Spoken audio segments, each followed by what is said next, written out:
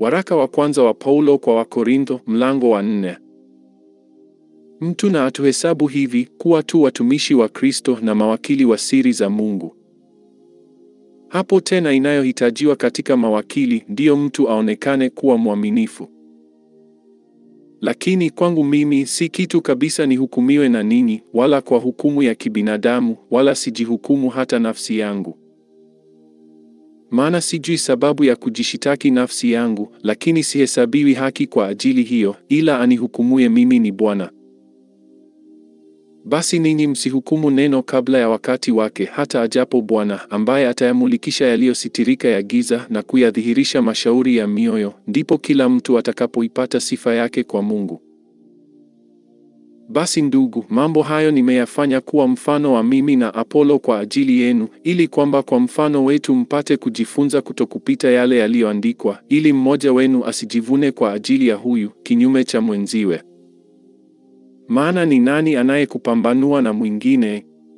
Nawe una nini usichokipokea? Lakini iwapo ulipokea, wajisifia nini kana kwamba hukupokea?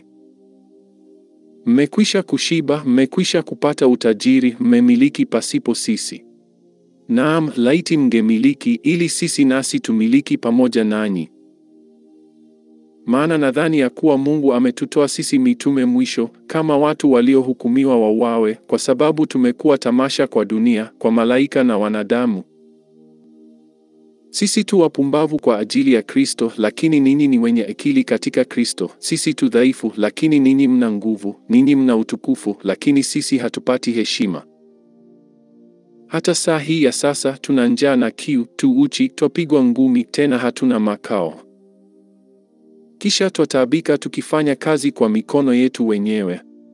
Tukitukanwa twabariki, tukiudhiwa twastahimili. Tukisingiziwa twasii, tumefanywa kama takataka za dunia na tamaa ya vitu vyote hata sasa. Siandiki hayo ili kuwatahayarisha, bali kuwaonya kama watoto niwapendao.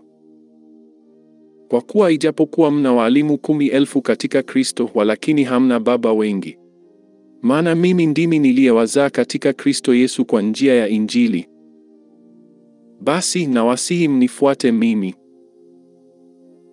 Kwa sababu hii nimemtuma Timotheo kwenu, aliye mwanangu mpendwa, mwaminifu katika Bwana, atakayewakumbusha njia zangu zilizo katika Kristo, kama vile nifundishavyo kila mahali katika kila kanisa. Basi wengine wamejivuna kana kwamba siji kwenu. Lakini nitakuja kwenu upesi, nikijaliwa, nami nitafahamu, si neno lao tu waliojivuna, bali nguvu zao. Maana ufalme wa Mungu hauwi katika neno, bali katika nguvu. Mnataka vipi? Nije kwenu na fimbo, au nije katika upendo na roho ya upole?